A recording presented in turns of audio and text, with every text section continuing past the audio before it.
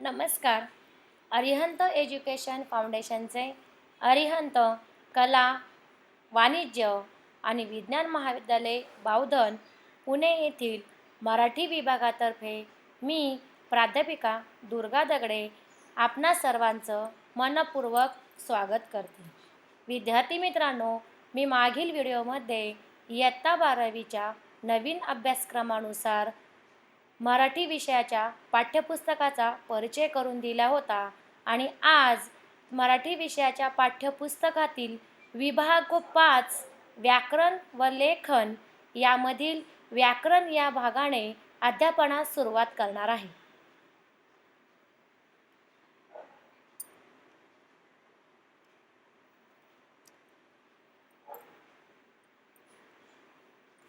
विद्यार्थी मित्रांनो, विभाग 5 व्याकरण व लेखन. व्याकरण म्हणजेच भाषेचा अभ्यास करणारे शास्त्र म्हणजेच व्याकरण होय. या व्याकरणामध्ये आपण आज वाक्यप्रकार व वाक्यसंश्लेषण यातील वाक्यप्रकार याचा अभ्यास करणार आहोत. तुम्ही मागील वर्षी वाक्य म्हणजे काय, वाक्याचे प्रकार याचाही अभ्यास केलेला आहे, पण यावर्षी आपल्याला पुन्हा त्याचा अभ्यास दिलेला आहे. तत्पूर्वी आपण पाहूयात वाक्य म्हणजे काय. तर वाक्य म्हणजेच अर्थपूर्ण अक्षरांचा समूह म्हणजेच शब्द होय. अनेक शब्द एकत्र येऊन वाक्य बनते. अशा सार्थ शब्दसमूहास जेव्हा अर्थ प्राप्त होतो तेव्हा ते वाक्य बनते. म्हणजेच अर्थपूर्ण शब्दसमूहाला वाक्य असे म्हणते.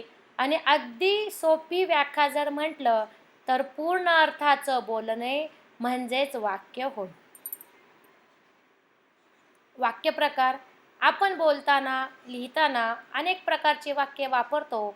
एकच आशय अनेक प्रकारच्या वाक्यातून सांगता येतो. तो कशा प्रकारे? चला तर मग आपण उदाहरण पाहूया. 1. काल फार पाऊस पडला. 2. काल काही कमी पाऊस पडला नाही. 3. काल काही कमी पाऊस पडला का? 4. किती अफाट पाऊस पडला काल. या एकच आशय पहा आपण अनेक प्रकारच्या वाक्यातून आता अभ्यासलेला आहे आणि यावरून आपल्या लक्षात येईल. तर वाक्याच्या अर्थावरून, वाक्याच्या रचनेवरून म्हणजेच विधानावरून आणि क्रियापदाच्या रूपावरून वाक्याचे प्रकार पडतात. वाक्याच्या अर्थावरून, वाक्याच्या रचनेवरून वा विधानावरून, क्रियापदाच्या रूपावरून वाक्याचे प्रकार पडतात. त्यातलं पहिलं, वाक्याच्या अर्थावरून कोणकोणते प्रकार पडतात? तर पहिला प्रकार आहे विधानार्थी वाक्य, दुसरा आहे प्रश्नार्थी वाक्य, तिसरा आहे उद्गारार्थी वाक्य. पण विद्यार्थी मित्रांनो, आपल्याला एक गोष्ट आवर्जून लक्षात ठेवायची आहे, ती म्हणजेच पहा, विधानार्थी वाक्य, प्रश्नार्थी, उद्गारार्थी ही वाक्ये काही वेळेला होकारार्थीही येतात, काही वेळेला नकारार्थी येतात. त्यामुळे वाक्याच्या अर्थावरून आपल्याला होकारार्थी व नकारार्थी या दोन्हीही प्रकारांचा या ठिकाणी अभ्यास करायचा आहे. पुढचा वाक्याच्या रचनेवरून पहिला प्रकार आहे केवळ प्रयोगी, दुसरा आहे मिश्र वाक्य, तिसरा आहे संयुक्त वाक्य. क्रियापदाच्या रूपावरून पहिला प्रकार स्वार्थी वाक्य, दुसरा प्रकार आज्ञार्थी वाक्य, तिसरा प्रकार विध्यर्थी वाक्य, चौथा प्रकार संकेतार्थी वाक्य. पहा, हे तीनही प्रकार आपण वाक्याच्या अर्थावरून, रचनेवरून, क्रियापदाच्या रूपावरून या सगळ्या प्रकारावर जर आपण नजर टाकली तर आपल्या लक्षात येईल की वाक्याच्या रचनेवरून म्हणजेच विधानावरून जे केवळ प्रयोगी वाक्य, मिश्र वाक्य आणि संयुक्त वाक्य हे जे वाक्याचे 3 प्रकार पडतात, या तीनही प्रकाराचा आपण मागील वर्षी इयत्ता 11वीला अभ्यास केलेला होता. यावर्षी आपल्याला वाक्याच्या अर्थावरून आणि क्रियापदाच्या रूपावरून जे वाक्याचे प्रकार पडलेले आहेत त्यांचा अभ्यास करायचा आहे. चला तर मग सुरुवात करूया. वाक्याच्या अर्थावरून पडणारे प्रकार. पहिला प्रकार आहे विधानार्थी वाक्य. याची व्याख्या पाहूया. ज्या वाक्यात केवळ विधान केलेले असते त्यास विधानार्थी वाक्य असे म्हणतात. हे वाक्य माहितीपर असते आणि या वाक्याची सुरुवात शक्यतो कर्त्याने होते. चला तर मग आपण उदाहरण पाहूया. उदाहरण पाहिल्यानंतर आपल्याला विधानार्थी वाक्य कसं ओळखायचं हे कळेल. पहिलं उदाहरण आहे, सचिन तेंडुलकर उत्तम फलंदाज आहे. दुसरं वाक्य, राम वाचन करत आहे. तिसरं वाक्य, मी 12वीत शिकते. चौथं वाक्य, मयूर फुटबॉल खेळतो. आणि 5, मीनाला गोड खाणे खूप आवडते. विद्यार्थी मित्रांनो, आपण उदाहरण पाहिले. या उदाहरणामध्ये आपण पाहिलं, यामध्ये आपल्याला माहिती मिळते आणि त्याचबरोबर ही केवळ विधान केलेलं आहे आणि त्याचबरोबर आपल्याला या प्रत्येक वाक्याची सुरुवात ही कर्त्याने होताना दिसते. वाक्याच्या अर्थावरून पडणारा दुसरा प्रकार म्हणजेच प्रश्नार्थी वाक्य. ज्या वाक्यात प्रश्न विचारलेला असतो ते वाक्य प्रश्नार्थी असते आणि या वाक्याच्या शेवटी प्रश्नचिन्ह असते. याचा अर्थ प्रश्नचिन्ह दिसला म्हणजेच इथे प्रश्नार्थी वाक्य होईल असं नाही, तर ज्या ठिकाणी प्रश्न विचारलेला असेल तेच वाक्य प्रश्नार्थी असणार आहे. उदाहरणार्थ पहिलं वाक्य पहा, तू बाहेर केव्हा जाणार आहेस? प्रश्नचिन्ह. 2, तो परीक्षेत उत्तीर्ण का झाला नाही? प्रश्नचिन्ह.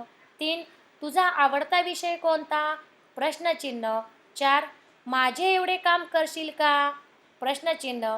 आणि 5वं उदाहरण, तू कोठे जाणार आहेस? प्रश्नचिन्ह. पहा, या 5ही उदाहरणातून आपल्या लक्षात येते की या ठिकाणी प्रश्न विचारलेला आहे आणि वाक्याच्या शेवटी आपल्याला प्रश्नचिन्ह पाहायला मिळते. यावरून आपल्याला प्रश्नार्थी वाक्य ओळखण्यास मदत होते. वाक्याच्या अर्थावरून पडणारा तिसरा प्रकार म्हणजेच उद्गारार्थी वाक्य.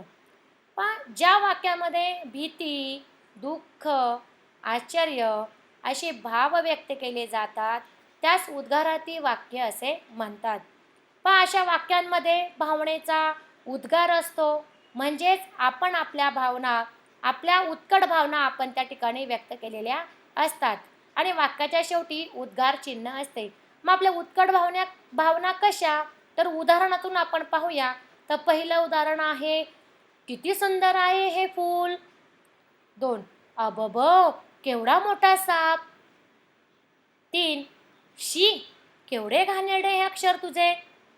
4, किती छान दिसतो हा देखावा. 5, अरे रे, खूप वाईट झाले. म्हणजेच भीती, आश्चर्य हे भाव आपल्याला या वाक्यातून दिसून येतात. आपल्या भावना या ठिकाणी कशा प्रकारे व्यक्त केलेल्या आहेत आणि नवे आपल्याला पाहायला मिळेल. तर वाक्याच्या शेवटी आपल्याला उद्गार चिन्ह पाहायला मिळेल आणि उद्गारार्थी चिन्ह दिसलं की आपण लगेच समजायचं की हे वाक्य उद्गारार्थी वाक्य आहे. वाक्याच्या अर्थावरून पडणारा पुढचा प्रकार म्हणजेच होकारार्थी वाक्य. ज्या वाक्यामध्ये होकार असतो ते होकारार्थी वाक्य आणि याला करणरूपी वाक्य असेही म्हणतात. तर उदाहरणार्थ आपण पाहूयात. पहिलं उदाहरण, गोविंदा अभ्यास करतो. दुसरं उदाहरण, सीमा सुंदर दिसते. तिसरं उदाहरण, सुबोध हुशार आहे. चौथं उदाहरण, मीना स्वयंपाक उत्तम बनवते. 5वं उदाहरण, माधवचे अक्षर खूप छान आहे. आपण पाहिलं या 5ही विधानामध्ये आपल्याला होकार पाहायला मिळतो. पुढचा प्रकार आणि वाक्याच्या अर्थावरून पडणारा जो शेवटचा प्रकार आहे तो म्हणजेच नकारार्थी वाक्य. ज्या वाक्यात नकार दर्शवला जातो ते वाक्य म्हणजेच नकारार्थी. याला अकरणरूपी वाक्य असेही म्हणतात. उदाहरणार्थ, सीमा मुळीच अभ्यास करत नाही. 2, श्रीमंत माणसाने श्रीमंतीचा गर्व करू नये. 3, विजय आज खेळू शकत नाही. 4, मीरा भित्री नाही.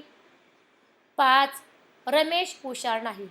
पण नकारार्थी वाक्य ओळखण्यासाठी वाक्यामध्ये नाही, नाही, नये, नसे, नव्हता असे जर शब्द आले तर आपल्याला लगेच नकारार्थी वाक्य ओळखण्यास मदत होणार आहे.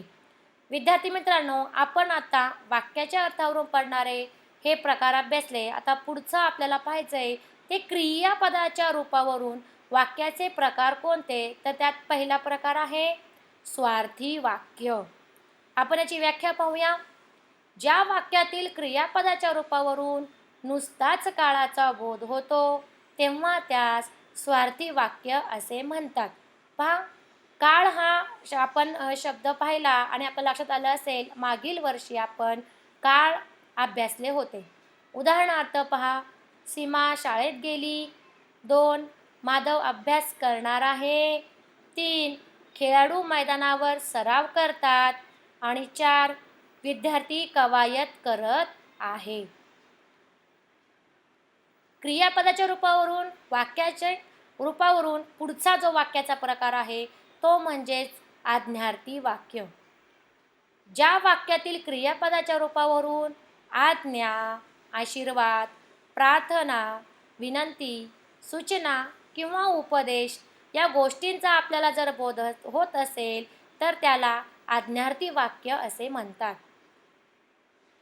उदाहरणार्थ, 1. देवा मला सद्बुद्धी दे, अशा प्रकारची आपण प्रार्थना करतो. 2. मुलींनो रांगेत उभे राहा, अशा प्रकारे आपल्याला आज्ञा दिली जाते. 3. तुम्ही नक्की यशस्वी व्हाल, असा आशीर्वादही आपल्याला मिळतो. 4.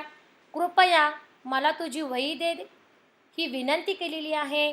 आणि 5. विद्यार्थ्यांनो खूप मेहनत करा, हा आपल्याला उपदेश मिळतो.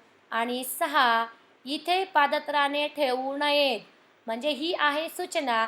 म्हणजेच पहा, या वाक्यातील क्रियापदाचं रूप आपण जर पाहिलं, यावरून आपल्याला आज्ञा, प्रार्थना, आशीर्वाद, विनंती, उपदेश, सूचना या सर्व गोष्टींचा बोध होत आहे.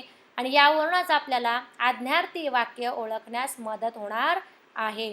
क्रियापदाच्या रूपावरून वाक्याचा पुढचा प्रकार आहे तो म्हणजेच विद्यार्थी वाक्य, आणि या वाक्याला इच्छार्थक वाक्य असेही म्हणतात.